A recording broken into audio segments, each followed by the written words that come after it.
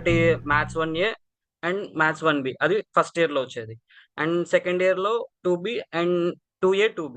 So ఇది classification. And concept wise కూడా దీంట్లో క్లాసిఫికేషన్ ఉంది, అది ఫర్దర్ మనం చూద్దాం. అండ్ నెక్స్ట్ కాన్సెప్ట్స్ డిస్కస్ చేసే ముందు మోడల్ పేపర్ ఏంటి, ఈ ఫంక్షన్ కి ఎంత వెయిటేజ్, సో ఇది కూడా డిస్కస్ చేద్దాం. Next functions syllabus and few concepts in functions. Okay, in case ఏమైనా డౌట్స్ ఉంటే మధ్యలో అడగచ్చు మీరు. ఓకేనా? అట్లీస్ట్ ఎవరో ఒకరు రెస్పాండ్ అవ్వండి, I can proceed further. Okay sir. ఇంకా పిల్లలు Yes, sir. ఆ రెస్పాన్స్ చీకట్లో మాట్లాడుతున్నా అన్న సంగతి పిల్లలు తెలియటం లేదు. Okay sir, go ahead. Okay sir, okay okay, thank you. So ఇది classification. Like maybe 8th 9th 10th లో సైన్స్ అనేది ఎన్ఎస్ పిఎస్ కింద ఎలా డివైడ్ అయిందో, ఇంటర్మీడియట్ వచ్చేసరికి మ్యాథ్స్ కూడా అలానే part 1A and part 1B. దాన్నే 1A 1B అని పిలుస్తారు. 1A లో వచ్చేవాటికి main topics algebra, vector algebra and trigonometry. And 1A లో వచ్చేవాటికి 1B లో వచ్చేవాటికి coordinate geometry and calculus. So ఈ రెండు పార్ట్స్ 1A అండ్ 1B లోకి వస్తాయి. అండ్ ఫర్దర్ గా వెళ్తే 1A ఇది 1A సిలబస్. 1B సిలబస్ అది 1B స్టార్ట్ అయినప్పుడు చెప్పుకుందాం. ఇది ఓన్లీ 1A సిలబస్ మాత్రమే ఈ క్లాస్ లో కవర్ చేశాను నేను.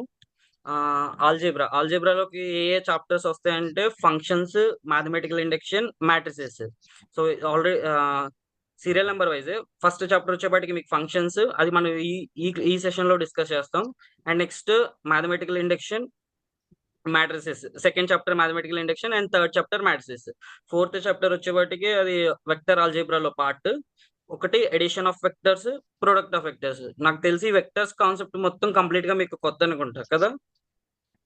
Yes, sir. 9th లో ఏమన్నా 10th లో ఏమన్నా మీరు ఈ వెక్టర్స్ ఏమన్నా టచ్ చేశారా, అదే చదువుకున్నారా దీనికి సంబంధించి ఏమన్నా? No, sir. లేదు కదా, okay okay. And next trigonometry. ట్రిగ్నోమెట్రీలో వచ్చేపటికి 6th chapter trigonometric ratios, 7th వచ్చే trigonometric equations, 8th inverse trigonometry and 9th hyperbolic functions and 10th final గా ప్రాపర్టీస్ ఆఫ్ ట్రయాంగిల్. ఇవి మీకు 1A లో ఉండే చాప్టర్స్. ఎవరికైనా ఐడియా ఉందా ఇది సిలబస్ అని చెప్పేసి? నెక్స్ట్ ఇది మోడల్ పేపర్. అంటే 1A 1B కలిపి మొత్తం టోటల్ 150 మార్క్స్. అందులో 1A 75 మార్క్స్ ఉంటుంది, 1B 75 మార్క్స్. 1A లో వచ్చేపాటికి మొత్తం ఫైనల్ ఎగ్జామ్ మీకు 3 సెక్షన్స్ ఉంటాయి, section A, section B and section C. Section A లో వచ్చేపాటికి 2 మార్క్స్ క్వశ్చన్స్ ఉంటాయి, టోటల్ 10 ఇస్తాడు, 10 అటెండ్ చేయాలి. So 10 to 20 marks. And section B లో 4 మార్క్స్ క్వశ్చన్స్ ఉంటాయి, అవి 5 అటెండ్ చేయాలి అవుట్ ఆఫ్ 7. 2 చాయిస్ ఉంటుంది. So 4 into 5 20 marks. And section C లో 7 మార్క్స్ క్వశ్చన్స్ ఉంటాయి, అవి 5 అటెండ్ చేయాలి అవుట్ ఆఫ్ 7 క్వశ్చన్స్, అది కూడా 2 చాయిస్. చాయిస్ లేని సెక్షన్ ఏదైనా ఉందంటే అది సెక్షన్ A, 2 మార్క్స్ మొత్తం అటెండ్ చేయాలి. అండ్ టోటల్ వచ్చేపాటికి 75 మార్క్స్. అండ్ తర్వాత ఫంక్షన్స్ వెయిటేజ్. ఇప్పుడు ఈ రోజు డిస్కస్ చేస్తున్న ఫంక్షన్ వెయిటేజ్ ఎంత అంటే 2 మార్క్స్ క్వశ్చన్స్ 2 వస్తాయి అండ్ 7 మార్క్స్ క్వశ్చన్స్ 1, మొత్తం 9 మార్క్స్, 11 మార్క్స్ వెయిటేజ్. దీని గురించి కూడా ఏమైనా ఐడియా ఉందా మీకు? ముందే ఆల్రెడీ ఎవరైనా చెప్పారా ఈ ప్యాటర్న్, sir. లేదంటే ఎంత వెయిటేజ్ అని చెప్పేసి? No, Sir. sir. No, sir. Exam ఎన్ని మార్క్స్ ఉంటుంది అని అది కూడా ఎవరో డిస్కస్ చేయలేదు కదా. కాలేజ్ లో 100 మార్క్స్ అని చెప్పారు సార్. ఇందులో కాలేజ్ లో సార్. అవునా sir? Yes sir. Syllabus pattern ఏమైనా మారిందా సార్? లేదండి, మీరు చెప్పిందే correct. 1A 75 marks, 1B 75 marks. అతనికి రాంగ్ ఇన్ఫర్మేషన్ ఇచ్చున్నారు, బాబుకి రాంగ్ ఇన్ఫర్మేషన్ ఇచ్చినట్టున్నారు. మీరు చెప్పిన ఓకే ప్యాటర్న్ చాలా కరెక్ట్ అండి. Yeah, okay sir, okay. ఎందుకంటే అంటే వాళ్ళు 100 మార్క్స్ చెప్పేసరికి మేబీ ఏమన్నా ఈ ఇయర్ సిలబస్ ఏమైనా చేంజ్ అయిందేమో అని చెప్పేసి నేను అనుకుంటున్నాను. లేదు లేదండి, కదా. లేదండి, సో మేజర్ చేంజెస్ ఏమీ లేవు. ఇంకా 100 మార్క్స్ ఎక్కడ ఉండేదంటే 10th లో 100 మార్క్స్, బట్ ఇక్కడికి వచ్చేసరికి 1A 1B separate and 1A 75 marks కి, 1B 75 మార్క్స్ కి. అండ్ ఇది ప్యాటర్న్. ఇది నోట్ చేసుకునేటట్టయితే నోట్ చేసుకోండి. వన్ ఇయర్లో మీకు ఉండే సిలబస్ ఏంటంటే ఫంక్షన్ కి స్టార్టింగ్ బేసిక్ ఇంట్రడక్షన్ ఒకటి ఉంటుంది. తర్వాత ఆర్డర్డ్ పేర్స్ అంటే ఏంటి, టైప్ ఆఫ్ ఫంక్షన్స్ డెఫినేషన్స్ ఏంటి, inverse functions and function theorems. తర్వాత థీరమ్స్ మీకు 7 మార్క్స్ ఎక్కువ ఇస్తుంటాడు. And type of function definitions వచ్చేపాటికి 2 మార్క్స్ ఎక్కువ అడుగుతుంటాడు. And real valued functions, domain, range, inverse. So ఇది మీ ఫంక్షన్స్ సిలబస్. ఓకేనా? అంటే group of collection of datas అనమాట. Like A of 1, 2, 3 and so. కొంచెం ఇది మౌస్ తో ఆపరేట్ చేస్తున్నా, రైటింగ్ అంత బాగోదు. సో ఇది సెట్ లో ఇది సెట్ ఏ అని అంటారు. అండ్ దీంట్లో ఉన్న ఈ 1, 2, 3 ఇవి ఎలిమెంట్స్. ఓకే, ఎగ్జాంపుల్ ఏ అనే ఒక సెట్ ఉంది.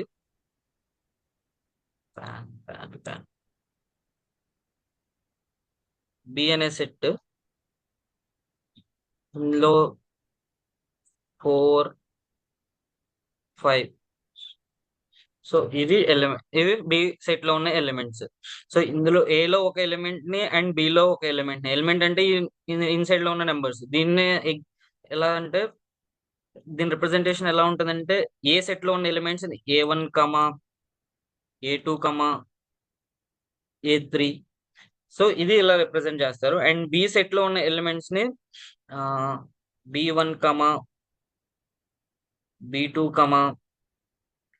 B3. సో ఇది దీని రిప్రజెంటేషన్. సో ఈ రెండిట్లోంచి ఏ సెట్ లోంచి ఒక ఎలిమెంట్ అండ్ బి సెట్ లోంచి ఒక ఎలిమెంట్, లైక్ సారీ. సో ఈ ఈ పే ఈ పెయిర్ నే ఆర్డర్డ్ పెయిర్ అని అంటారు. ఓకేనా? అండ్ బి అనేవి రెండు sets. And A element belongs to B, ఈ అనే సింబల్ ఉంది చూసారా, అది అది రిప్రజెంట్ చేసేది ఏంటంటే బిలాంగ్స్ టు అనే దానికి రిప్రజెంట్ చేస్తుంది. So let A and B be the sets if A belongs to A, small A belongs to capital A. Small A అంటే ఎలిమెంట్, ఏ అనే సెట్ లో ఉన్న ఎలిమెంట్ ని, అండ్ స్మాల్ బి అనేది small B అనే element from B set లో నుంచి. So ఈ రెండింటిలోంచి ఒక పేర్ ని తీసుకుంటే ఏ, బి, దెన్ దాన్నే ఆర్డర్ పేర్ అని అంటారు. So let's A and B be the sets if A belongs to A, small A belongs to capital A, and small B belongs to B, then A, B is an order pair. Example already చెప్పాం. 1 and 2, ఏ అనే set లో 1, 2, 3 elements ఉన్నాయి. And B అనే set లో 4, 5, 6 ఉంటే అందులో ఏ, B అంటే 1, 4 నే ఆర్డర్డ్ పేర్ అంటారు. ఇది order pair definition. Two sets, then A, B from small a belongs to A and small b belongs to B is called a Cartesian product of A and B, and it is denoted by A cross B. ఈ A into B symbol నే దాన్ని cross symbol అంటారు. So అది దీన్ని cross product అని కూడా అంటారు. ఓకేనా? దానికి ఎగ్జాంపుల్స్ ఇవి. దీన్ని ఒక్కసారి వైట్ బోర్డ్ లో చెప్తా. వైట్ బోర్డ్ లో మళ్ళీ షేర్ చేయాలి.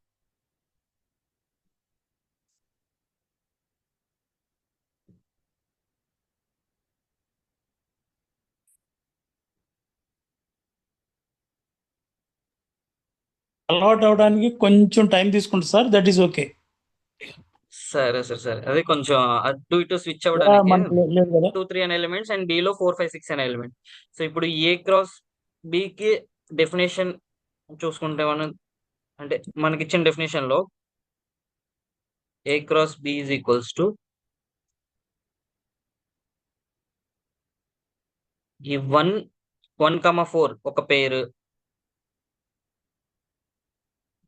అండ్ 1, 5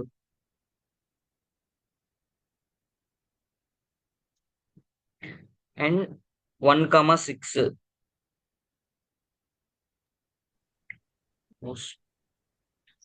కొంచెం writing. And next 2, second element 2, 4.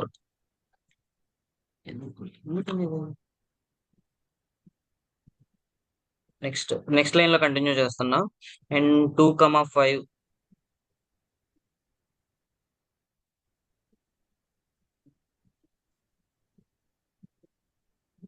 and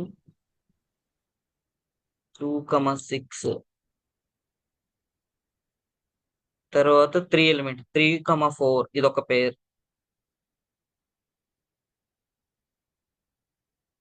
and 3,5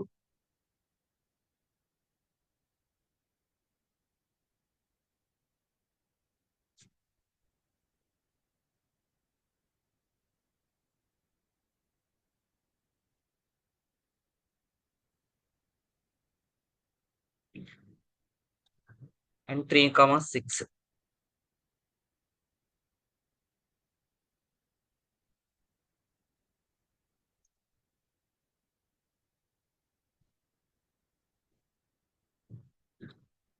so ఈ మొత్తం సెట్ నే Cartesian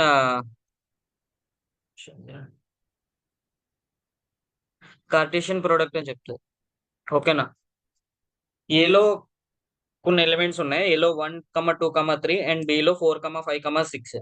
in case A cross B చేయమని అడిగితే 1,4 ఒక పేరు, అండ్ 1,5 ఒక పేరు, 1,6 ఒక పేరు, and next two element 2,4 2,5 2,6, and తర్వాత 3,4 3,5 3,6. సో ఈ మొత్తం సెట్ నే కార్టేషియన్ ప్రోడక్ట్ అని చెప్పేసి పిలుస్తారు.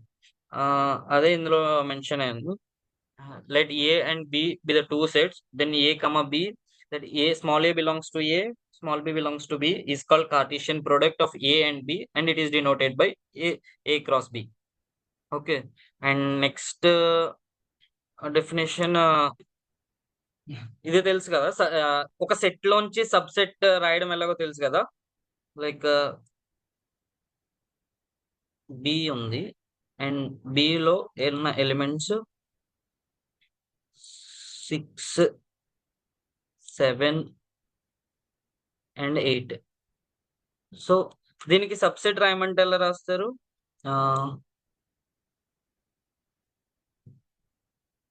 ఈ సి సింబల్ సబ్సెట్ సింబల్.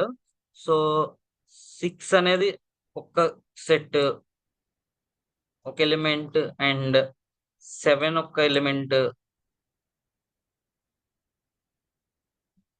8 ఒక ఎలిమెంట్, 6,7 అండ్ 6,8.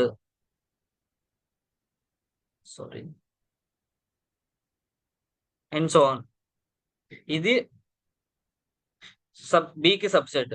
అట్ ద సేమ్ టైం మీరు ఏ క్రాస్ బిలోంచి ఏదైనా ఒక 3-4 ఎలిమెంట్స్ తీసుకుంటే, లైక్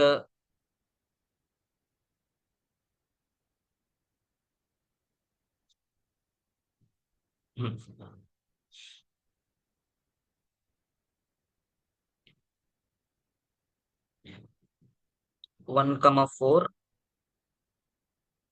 1,5. సో ఇది ఒక రిలేషన్ అవుతుంది అనమాట, ఏ టు బి. సో అలానే 1,4 ఆర్ 1,6 సారీ 1,4 1,5 1,6 ఇదొక రిలేషన్, అండ్ లేదంటే 2,5 2,4 2,6 ఇదొక రిలేషన్. సో ఇచ్చిన ఏ క్రాస్ బి లోంచి ఏదైనా ఒక పర్టికులర్ ఆర్డర్ పేర్స్ తీసుకుంటే అది రిలేషన్ కి డెఫినేషన్.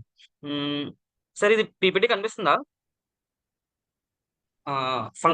కాన్సెప్ట్ మనం డిస్కస్ చేసేదే ఫంక్షన్ గురించి. మీకు ఆల్రెడీ ఇదేంటిది ఈక్వేషన్స్ ఐడియా ఉంది కదా, quadratic equation, cubic equation, linear equation, ఇవన్నీ ఐడియా ఉన్నాయి కదా. So quadratic Yes, sir. Linear equation ఒకటి రాసుకుందాం. x+1. ఇది ఈ ఈక్వేషన్ వచ్చేప్పటికి లీనియర్ ఈక్వేషన్ అని పిలుస్తాం, లేదంటే ఈక్వేషన్ వన్ వేరియబుల్, అండ్ లేదంటే x² ప్లస్ x ప్లస్ 2. ఇది క్వాడ్రాటిక్ ఈక్వేషన్, క్యూబిక్ ఈక్వేషన్, లేదంటే పాలినామియల్ ఈక్వేషన్స్, ఇవి ఈక్వేషన్స్ అనమాట. సో దీన్నే ఈ ఫంక్షన్స్ లో f(x) అనే ఫంక్షన్ తో రిప్రజెంట్ చేస్తారు. Okay, f(x) is equal to some x+1. ఇది ఒక ఫంక్షన్ డెఫినేషన్ అంటే జనరల్ గా తీసుకుంటే ఏదైనా ఒక వాల్యూ ఇస్తే ఒక అవుట్పుట్ రావాలి. వాల్యూ ఇచ్చి మనకు అవుట్పుట్ రావట్లేదంటే అది ఫంక్షన్ కాదు. ఓకే, దాన్ని ఇమేజ్ రిప్రజెంటేషన్ ఎలా చేస్తారంటే 2 3 ఉన్నాయి, అండ్ బి అనే సెట్ లో 4 5 7. ఓకే, ఇన్ కేస్ 1 అనేది ఇది ఫంక్షన్ వచ్చేప్పటికి సమ్ ఎక్స్ ప్లస్ 3. ఓకే, ఆ కేసులో ఇప్పుడు ఇది 4 అవుతుంది, ఇది 5 అవుతుంది, అండ్ ఇది 8, సారీ 6, ఇది 6. ఓకేనా? ఇప్పుడు 1 ఇన్పుట్ తీసుకుంటే వచ్చిన అవుట్పుట్ 4, 2 ఇన్పుట్ కింద తీసుకుంటే వచ్చిన అవుట్పుట్ 5, అండ్ 3 ఇన్పుట్ కింద తీసుకుంటే వచ్చిన అవుట్పుట్ 5. సో ఇలా ఒక ఇన్పుట్ వాల్యూ పర్టికులర్ ఫంక్షన్ కి ఇస్తే సమ్ 4 అనే అవుట్పుట్ వచ్చింది, అండ్ అలాగే 2 అనే వాల్యూ ఇన్పుట్ కింద తీసుకున్నాం అండ్ 5 అవుట్పుట్ వచ్చింది, 3 అనే వాల్యూ తీసుకున్నాం అండ్ 6 అనేది అవుట్పుట్ వచ్చింది. సో ఇలా ఒక ఇన్పుట్ ఇచ్చినప్పుడు ఇంకొక అవుట్పుట్ వస్తే దాన్ని ఫంక్షన్ అంటాం, అండ్ దాని రిప్రజెంటేషన్ ఇది. ఏ దగ్గర ఉన్న వాల్యూస్ వచ్చేపాటికి డొమైన్ అని పిలుస్తారు, దీన్ని డొమైన్ అంటారు. అండ్ బి దగ్గర వచ్చిన అవుట్పుట్ ని కోడొమైన్ అని అంటారు.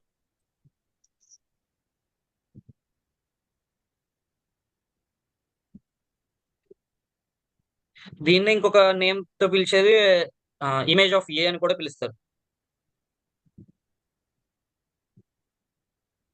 ఇమేజ్ ఆఫ్ ఏ ఎందుకంటే ఏలో ఉన్న వాల్యూస్ ని 1 రీప్లేస్ చేసినప్పుడు 4, 2 ఎక్స్ ప్లేస్ లో 2 పెట్టినప్పుడు 5, అండ్ ఎక్స్ ప్లేస్ లో 3 పెట్టినప్పుడు 6. సో 1 కి వచ్చిన అవుట్పుట్ బి అనేది. సో బి ఏమవుతుంది అంటే కోడొమైన్ అని పిలుస్తారు, లేదంటే ఇమేజ్ ఆఫ్ ఏ అని కూడా పిలవచ్చు.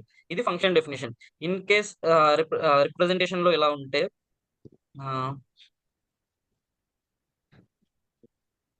ఏ ఒక వాల్యూ ఉంది అండ్ 2, 4 అనుకుందాం, అండ్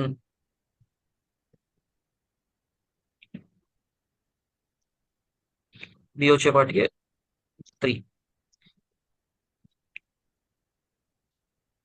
ఈ రిప్రజెంటేషన్ లో మనకు అర్థమైంది ఏంటి? 2 అనే ఒక వాల్యూని ఒక ఫంక్షన్ లో పెట్టినప్పుడు అవుట్పుట్ 3 వస్తుంది, బట్ 4 అనే వాల్యూని పెట్టినప్పుడు మనకి అవుట్పుట్ ఏమి రావట్లేదు. అంటే దాని అర్థం ఏంటంటే ఇది ఫంక్షన్ కి రిప్రజెంటేషన్ కాదు. ఎందుకంటే యాజ్ పర్ ఫంక్షన్ డెఫినేషన్ ఏవైనా ఒక ఇన్పుట్ ఇస్తే ఫంక్షన్ లో, ఒక పర్టికులర్ ఇచ్చిన ఫంక్షన్ లో అవుట్పుట్ వస్తే దాన్ని మనం ఫంక్షన్ డెఫినేషన్ కింద తీసుకుంటాం. ఇన్ కేస్ ఏ అవుట్పుట్ రావట్లేదు, మీరు ఇన్పుట్ ఇస్తున్నారు, బట్ అది ఫంక్షన్ అవ్వదు అనమాట. ఫంక్షన్ డెఫినేషన్ కి ఆపోజిట్ కంప్లీట్ గా. At the same time function లోనే టైప్స్ ఆఫ్ ఫంక్షన్స్ ఉన్నాయి, అవి నెక్స్ట్ మనం డిస్కస్ చేద్దాం. And next A and B non empty set, అంటే ఖచ్చితంగా ఏ అనే సెట్ లోని అండ్ బి అనే సెట్ లో రెండిట్లో వాల్యూస్ అయితే ఉండాలి, అది ఎంప్టీగా ఉండకూడదు. And F be the relation from A to B if for each element A belongs to small A belongs to A and there exist unique B belongs to B. So particular గా A వాల్యూని input value ఇస్తే output ఖచ్చితంగా వస్తుంది, and output కూడా unique output. A ఎంత ఇస్తే B same value రాదు అనమాట. So such that A comma B belongs to F, then this is called then F is called a function. And function representation ఏంటంటే function is denoted by F maps A to B. ఈ symbol ఉంది కదా, F is to ఏ ఆరో B. So దాన్ని ఎలా చదువుతారంటే F maps from A to B అని చదువుతారు. ఓకే, సార్ ఇది దీన్ని హలో అర్థమవుతుందా? హలో సార్ అర్థమవుతుంది. ఒక క్వశ్చన్ సార్, అది అంటే ఏలో వాల్యూస్ ఇచ్చినప్పుడు అవి బిలో కనీసం ఒక్క విలువ అయినా సరే కలిగి ఉండాలి కదా సార్, అంతేనా? అట్లీస్ట్ అంటే వన్ ఇన్పుట్ వాల్యూ ఇస్తే అవుట్పుట్ ఖచ్చితంగా ఏదో ఒకటి వస్తుంది అవుట్పుట్. ఇన్ కేస్ ఏదో అది ఒక ఏ అవుట్పుట్ ఇవ్వట్లేదంటే అది ఫంక్షన్ కాదనమాట. దాని అర్థం అది ఫంక్షన్ కాదు, అంటే జీరో అయినా సరే ఇవ్వచ్చు, కానీ ఏదో ఒక వాల్యూ మాత్రం ఇవ్వాలి, అంతే కదండి? ఏదో ఒక వాల్యూ మనకి అవుట్పుట్ కింద వస్తే దాని ఫంక్షన్ అవుతుంది. అదే అవుట్పుట్ జీరో కూడా అవ్వచ్చు, కానీ వాల్యూ అంటూ రావాలి, అంతే కదండి? వాల్యూ అంటూ రావాలి. అంటే ఓకే, మనకిచ్చిన రిప్రజెంటేషన్ లో, ఫంక్షన్ రిప్రజెంటేషన్ లో ఏ అనే వాల్యూ అనేది బి లో ఏదో ఒక దానికి మ్యాప్ అయి ఉండాలి. ఓకే. అంటే ఇందాక మీరు చెప్పిన లీనియర్ ఎక్స్ప్రెషన్ లో నేను ఎక్స్ Okay. మైనస్ 3 అని అనుకోండి, అక్కడ ఎక్స్ బదులు 3 పెడుతుంటే జీరో వస్తుంది, కానీ జీరో ఇస్ ఆల్సో వాల్యూ కదా, అది కూడా వ్యాలిడ్ ఫంక్షన్ అవుతుంది. అది కూడా అవుట్పుట్. ఇంకొక ఎగ్జాంపుల్, మీరు అన్నట్టుగా ఎక్స్ మైనస్ 3 తీసుకుంటే ఎక్స్ లో 1 పెట్టండి, -2 వస్తుంది. ఎక్స్ లో 2 పెడితే -2 వస్తుంది, 3 పెడితే 0 వస్తుంది, బట్ ఖచ్చితంగా అవుట్పుట్ అయితే వస్తుంది. Okay sir, thank you sir. So input ఇచ్చినప్పుడు అవుట్పుట్ వస్తుందంటే అది ఫంక్షన్. బట్ మన రిప్రజెంటేషన్ లో మనం 3 పెడుతున్నాం అండ్ జీరోకి మ్యాప్ చేయట్లేదు, అంటే దాని అర్థం ఇది ఫంక్షన్ కి ఫంక్షన్ రిప్రజెంట్ చేయట్లేదు, అంటే దాని అర్థం ఫంక్షన్ కాదని అర్థం. అంటే ఓకే దాని రిప్రజెంటేషన్ రాంగ్ గా ఇచ్చారు. Okay sir. ఇన్ కేస్ ఇంకొక కేసులో ఎలా అవుతుంది అంటే మీరు రెండు మూడు డిఫరెంట్ వాల్యూస్ ఇచ్చినా ఒకే పర్టికులర్ అవుట్పుట్ వస్తుంది. Mapping to 1. ఓకే. సో అది కూడా ఫంక్షన్ రిప్రజెంటేషన్. ఇన్ కేస్ అది కోడొమైన్ లో ఏదైనా వాల్యూ ఎంటీగా ఉంది అంటే డొమైన్ లో ఉన్న ఏ వాల్యూ కోడొమైన్ కి అసైన్ అవ్వట్లా, సో ఆ కేసులో కూడా అది ఫంక్షన్ డెఫినేషన్ అవుతుంది. Okay okay okay like domain లో ఉన్న ఏ వాల్యూ ఎంటీగా ఉండకూడదు, ఏదో ఒక ఓకే కోడొమైన్ లో ఉన్న వాల్యూకి మ్యాపింగ్ అయి ఉండాలి. ఓకే ఓకే ఓకే కదా, క్లియరా సార్? ఎస్ సార్, క్లియర్ అయింది. ఓకే ఓకే స్టూడెంట్ మీకు క్లియర్ కదా, మళ్ళీ ఎక్స్ప్లెయిన్ చేయనా? ఏమా ధనుష్, ధనుష్ అర్థమైందా? ఈ కాన్సెప్ట్ ఇంపార్టెంట్ అమ్మా. అర్థమైంది సార్. ఓకే ఓకే సరే అదే ఏదో ఎవరు చెప్పండి డొమైన్. అర్థమైంది అన్నాడు, ధనుష్ అర్థమైంది అన్నాడు సార్. ఓకే సార్, వేరే ఎవరైనా డొమైన్ అంటే ఏంటి, కోడొమైన్ అంటే ఏంటి ఒకసారి ఎవరైనా చెప్తారా? ధనుష్ నువ్వే చెప్పు ఒకసారి, డొమైన్ అంటే ఏంటి, కోడొమైన్ ఏంటి అంటే నీకేమర్థమైంది ఒకసారి చెప్పు.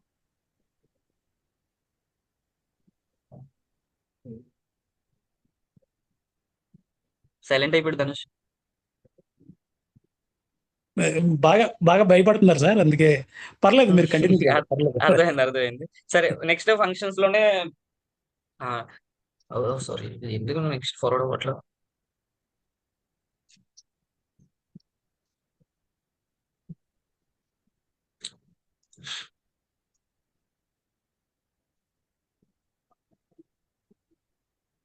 సో ఇవి ఫంక్షన్స్ లో టైప్స్.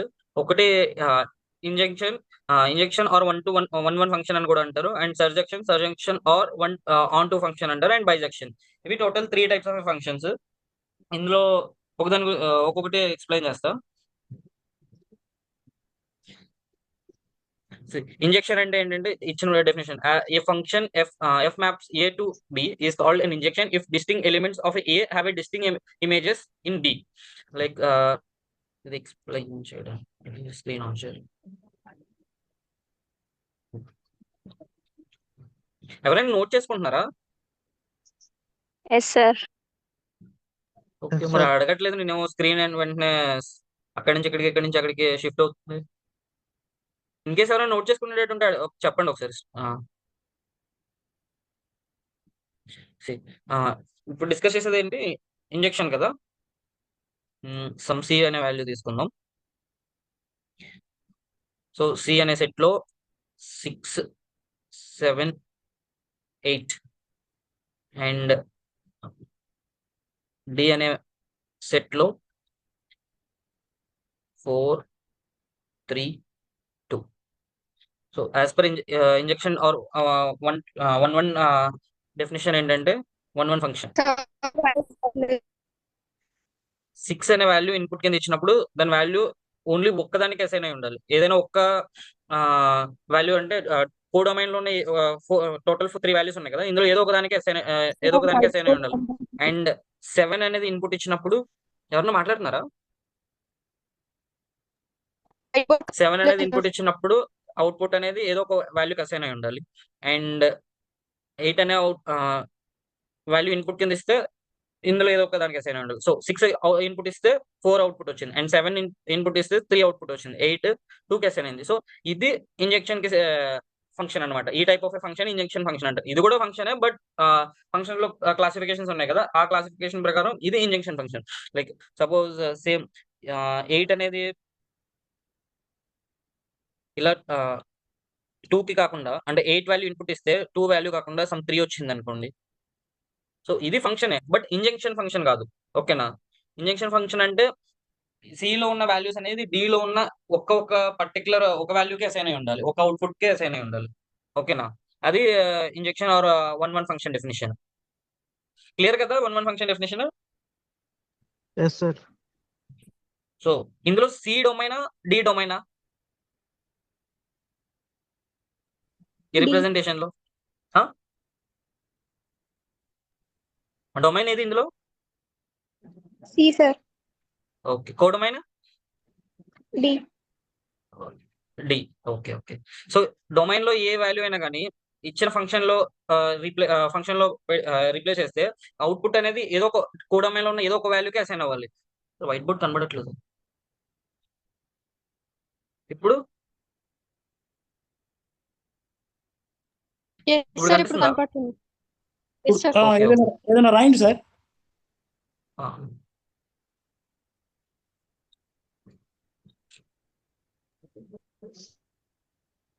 నాకైతే ఇప్పుడు మీరు రాసిన కనిపిస్తుందా? నాకైతే మీరు రాసినవి కనిపించట్లేదు. మరి మిగతా పిల్లలకి ఎలా ఉందో? ఏమా కనిపిస్తుందా? Yes sir. నాకు కనిపిస్తుంది సార్. Okay okay okay yeah okay. Okay, so ఇది ఇంజెక్షన్ ఫంక్షన్. ఇంజెక్షన్ ఫంక్షన్ కి ఎగ్జాంపుల్. ఓకేనా? సో ఏదైనా ఒక ఇన్పుట్ ఇచ్చినప్పుడు పర్టికులర్ ఓన్లీ సిమిలర్ కాకుండా ఓన్లీ సింగిల్ అవుట్పుట్ వస్తే ఏలో ఉన్న సెట్ ఆఫ్ వాల్యూస్ అన్ని ఫంక్షన్ లో రీప్లేస్ చేసినప్పుడు ఏదో ఓన్లీ వన్ అవుట్పుట్, అది కూడా డిఫరెంట్ అవుట్పుట్స్ వస్తే ఆ ఫంక్షన్ ని ఇంజెక్షన్ ఫంక్షన్ అంటారు. Injection or one function. ఓకేనా? And next onto function or surjection. Onto function కి ఇంకొక నేమ్ సర్జెక్షన్ ఫంక్షన్.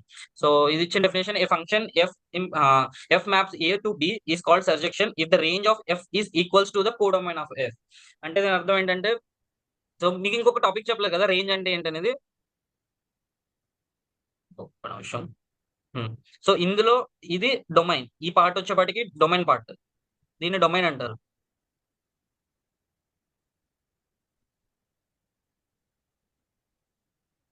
కనిపిస్తుందా? అయ్యో. అండ్ ఇది కోడొమైన్. కనిపిస్తుంది సార్. కోడొమైన్ లో డొమైన్ లో ఉన్న వాల్యూస్ కోడొమైన్ లో రీప్లేస్ చేస్తే వచ్చినాయి మనకి ఏమేమి వచ్చినాయి? 4, 3, 2. సో ఈ values range of the function, దీన్నే రేంజ్ అంటారు. Okay, so next surjection definition ఏంటి? Surjection: a function F implies a to b is called a surjection if the range of f is equals to the codomain.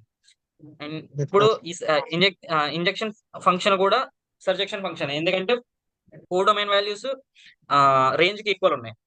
కొన్ని cases లో ఎలా అంటే, for example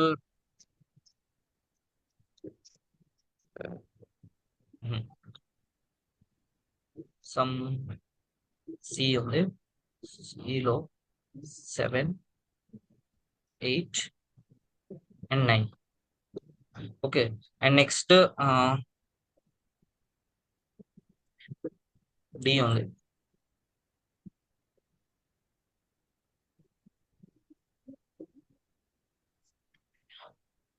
ఇందులో 4, 3, 2, 1. So 7 అనే value పెట్టినప్పుడు 4 అనే output వచ్చింది. అండ్ 8 పెట్టినప్పుడు 3 వాల్యూ అండ్ 3 అవుట్పుట్. 9 రీప్లేస్ చేస్తే 2 అనే అవుట్పుట్ వచ్చింది. సో బట్ ఇక్కడ డొమైన్ లో ఉన్న టోటల్ వాల్యూస్ ఎంత? 4 వాల్యూస్ ఉన్నాయి. Okay, yes sir. అండ్ కానీ అసైన్ అయిన రేంజ్ ఎంత? అసైన్ అయింది ఓన్లీ 2, 3 and 4. 4. సో ఇది రేంజ్, ఎందుకంటే 7 ఇన్పుట్ ఇస్తే 4 అవుట్పుట్ వచ్చింది, 8 ఇన్పుట్ ఇస్తే 3 అవుట్పుట్, అండ్ 9 అనే ఇన్పుట్ ఇస్తే 2 అనే అవుట్పుట్ వచ్చింది. సో ఓన్లీ 1 అనేది అవుట్పుట్, అసలు ఏ వాల్యూకి అసైన్ అవ్వాలా. సో కాబట్టి ఇది దీని రేంజ్. ఈ ఫంక్షన్ ఇచ్చిన ఫంక్షన్ రేంజ్ 2, 3, 4. 4. బట్ మనకున్న వాల్యూస్ ఎన్ని? 4 ఉన్నాయి కోడొమైన్ లో. బట్ రేంజ్ అనేది 3 అనేది రేంజ్. సో ఎప్పుడైతే రేంజ్ అండ్ రేంజ్ డొమైన్ రెండు వాల్యూస్ ఈక్వల్ అవ్వకపోతే అది సర్జెక్షన్ లోకి సర్జెక్షన్ లోకి రాదనమాట. సర్జెక్షన్ డెఫినేషన్ ప్రకారం ఏంటంటే కోడొమైన్ లో ఉన్న వాల్యూస్ రేంజ్ కి ఈక్వల్ అవ్వాలి. ఇన్ కేస్ అది ఎన్ని మల్టిపుల్ టైమ్స్ అసైన్ అయినా పర్వాలేదు. ఇలా 7 ఇచ్చినప్పుడు 7 అనే ఇన్పుట్ ఇచ్చినప్పుడు 4, 8 అనే ఇన్పుట్ ఇచ్చినప్పుడు 3, అండ్ 9 ఇచ్చినప్పుడు మేబీ ఒక్కొక్కసారి అవుట్పుట్ 2 వచ్చింది, ఒకసారి 1 వచ్చింది. సో ఈ కేసెస్ లో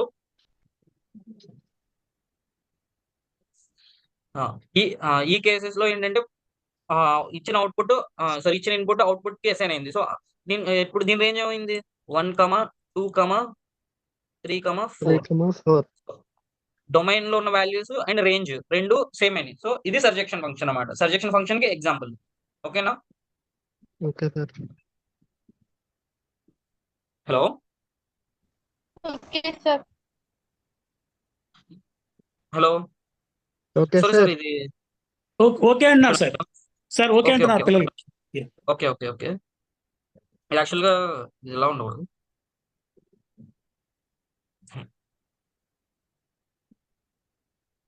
నెక్స్ట్ నెక్స్ట్ ఇంకొకటి బైజెక్షన్ కదా. Yes sir. బైజెక్షన్ కి బైజెక్షన్ డెఫినేషన్ చూద్దాం. మళ్ళీ రీప్లేస్ చేయాలి కదా. సో ఇది bijection. If f maps a to b is a both injection and surjection, then f is said to be a bisection from a to b. ఇచ్చిన definition ఏంటంటే అది both injection and సర్జెక్షన్ అయితే ఆ ఇచ్చిన function దాన్ని bisection అని అంటారు. Example చూద్దాం. Sir 1 minute.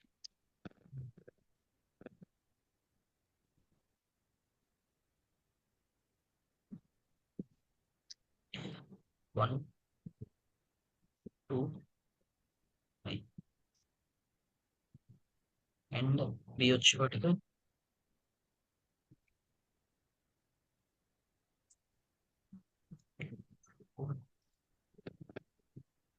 Five 6 and 7. Sir white board కనపట్లేదు. కనిపించట్లేదా నో సార్. ఇప్పుడు? No sir. No sir. 1 2 3 ఉన్నాయి.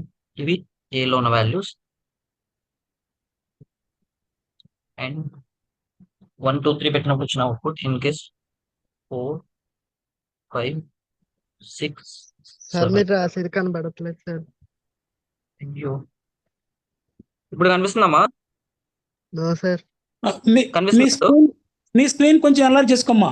ఆయన పేరు ఏదో ఉంది కదా, నీ Yes, స్క్రీన్ sir, కొంచెం yes, sir. అలర్ట్ చేసుకో ఫోన్ లో. Yeah, yes sir. అక్కడ ఎట్లాగైంది. Yes sir. ఓకే, సి ఇది ఇప్పుడు ఇది 1 1 ఫంక్షన్ అవుతుందో లేదో ఒకసారి చెప్పండి నాకు.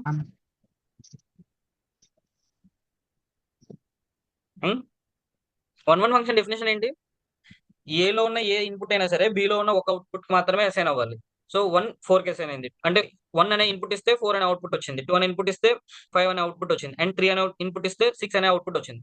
సో ఈచ్ ఇన్పుట్ కి ఒక్కొక్క అవుట్పుట్ మాత్రమే అసైన్ అయింది అంటే ఇది 1 1 ఫంక్షన్. ఓకే,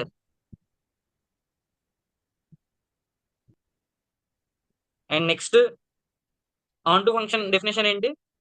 కోడొమైన్ లో ఉన్న వాల్యూస్ రేంజ్ కి ఈక్వల్ అవ్వాలి. బట్ దీని రేంజ్ ఎంత? 4 5 6 అనేది రేంజ్. ఓకే, బట్ కోడొమైన్ లో ఉన్న వాల్యూస్ ఎన్ని? 1 2 3 4. ఓకేనా? సో అంటే ఆన్ టు ఫంక్షన్ కాదు ఇది. సో ఈ రెండిట్లో ఏ కేసు ఫెయిల్ అయినా అది బైజెక్షన్ అవ్వదు, అంటే అది బైజెక్షన్ ఫంక్షన్ కి ఎగ్జాంపుల్ అవ్వదు. ఇది 1 1 ఫంక్షన్ సాటిస్ఫై అవుతుందా?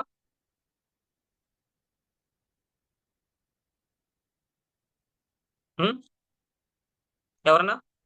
No sir. ఎందుకని? 1 కి 4, 2 కి కూడా 4 వచ్చింది. ఇన్పుట్ 1 ఇచ్చినప్పుడు 4 అవుట్పుట్ వచ్చింది, అండ్ ఇన్పుట్ 2 ఇచ్చినప్పుడు 4 అవుట్పుట్ వచ్చింది. అంటే దానిలో 1 1 ఫంక్షన్ ఎప్పుడైనా సరే ఒక ఇన్పుట్ ఇస్తే డిఫరెంట్ అవుట్పుట్స్ రావాలి. అలా వచ్చే ఫంక్షన్ నే 1 1 ఫంక్షన్ అంటాం. బట్ ఇక్కడ 1 2 ఇన్పుట్ ఇచ్చినా 4 అనేది అవుట్పుట్ వస్తుంది. సో 1 1 ఫంక్షన్ కాదు, ఈ 1 1 ఫంక్షన్ కి ఎగ్జాంపుల్ కాదు. ఇది ఫంక్షన్ బట్ 1 1 ఫంక్షన్ కి ఎగ్జాంపుల్ కాదు. అండ్ ఆన్ కి ఇది ఆన్ టు అవుతుందా లేదా?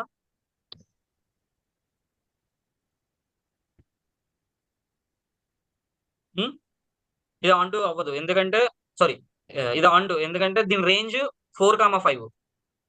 Okay, yes ah sir. Value ఎంటీగా లేదు. అట్ ద సేమ్ టైం మన డొమైన్ కూడా 4 5. సో డొమైన్ లో ఉన్న values 2 values and range 2 values. So range equals to domain అయింది. సో సర్జెక్షన్ అంటే ఏంటి? Surjection or onto definition ఏంటి? If range of the function is equals to domain, అది ఎస్ సార్. సర్జెక్షన్ ఫంక్షన్ అవుతుంది. So ఇది surjection. But bisection అంటే ఏంటి? Bisection అవ్వాలి అంటే బోత్ 1 1 ఫంక్షన్ సాటిస్ఫై అవ్వాలి and on to function condition satisfy అవ్వాలి. బట్ ఇందులో 1 1 ఫంక్షన్ కండిషన్ సాటిస్ఫై అవ్వట్లా, కాబట్టి ఇది కూడా బైజెక్షన్ కాదు.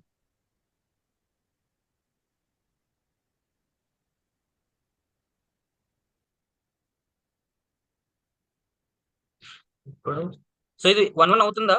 1 1 కండిషన్ Yes, sir. సాటిస్ఫై చేస్తుందా? Yes sir. Okay, on to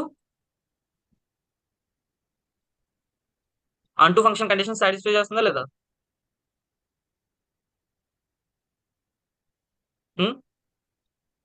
on two మీకు ఆన్ టూ అర్థం కాలేదా? 1 ఫంక్షన్ సాటిస్ఫై అవుతుందంటే ఓకే చెప్తున్నారు, ఆన్ టూ డౌట్ పడుతున్నారు.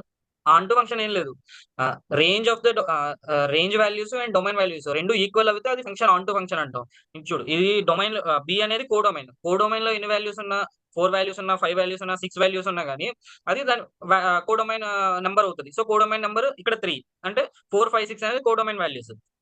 Okay, yes sir. Yes sir. 4, 5, 6 range ఎప్పుడు అవుతుంది అంటే కోడొమైన్ లో ఉన్న వాల్యూస్ లో ఎంటీ లేకుండా ప్రతి వాల్యూ అసైన్ అయినప్పుడు, డొమైన్ లో ఉన్న వాల్యూకి కోడొమైన్ వాల్యూ అసైన్ అయినప్పుడు అది రేంజ్ అవుతుంది. ఇన్ కేస్ ముందు కేసులో ఏమైంది, ఓకే సారీ, సో ఇందాక కేసులో ఇక్కడ ఏమైందంటే 1 పెట్టినప్పుడు 4 వాల్యూ వచ్చింది, 2 ఇన్పుట్ ఇస్తే 5 అండ్ 3 ఇస్తే 6. బట్ ఇక్కడ దీని రేంజ్ 4, 5, 6 మాత్రమే, 7 ఏది అసైన్ అవ్వాల. ఇన్పుట్ పర్టికులర్ ఏమి ఇన్పుట్ ఇచ్చినా 7 రావట్లే అవుట్పుట్. సో దీని రేంజ్ 4, 5, 6 అయింది. బట్ డొమైన్ లో ఉన్న వాల్యూ, కోడొమైన్ లో ఉన్న వాల్యూస్ 4, 5, 6 టోటల్ 7 వాల్యూస్ ఉన్నాయి. కోడొమైన్ వాల్యూ కోడొమైన్ నెంబర్ వచ్చేప్పటికి 4 అండ్ రేంజ్ వచ్చేప్పటికి 3. బట్ ఈ కేసెస్ లో range and codomain and range రెండు ఈక్వల్ కాదు. సో అందుకనే అది ఆన్ టూ కాదు. మీరు ఇన్ కేస్ ఈ కేసు చూస్తే లాస్ట్ కేసులో కోడొమైన్ ఎంత 4, 5, 6 అంటే codomain value 3 and range 4, 5, 6. So codomain is equals to range అంటే ఇది onto function. In case ఒక ఫంక్షన్ 1 ఫంక్షన్ సాటిస్ఫై అయ్యి ఆన్ టూ ఫంక్షన్ సాటిస్ఫై అయిందంటే అది బైజెక్షన్ ఫంక్షన్ కి ఎగ్జాంపుల్. ఓకేనా? Yes sir.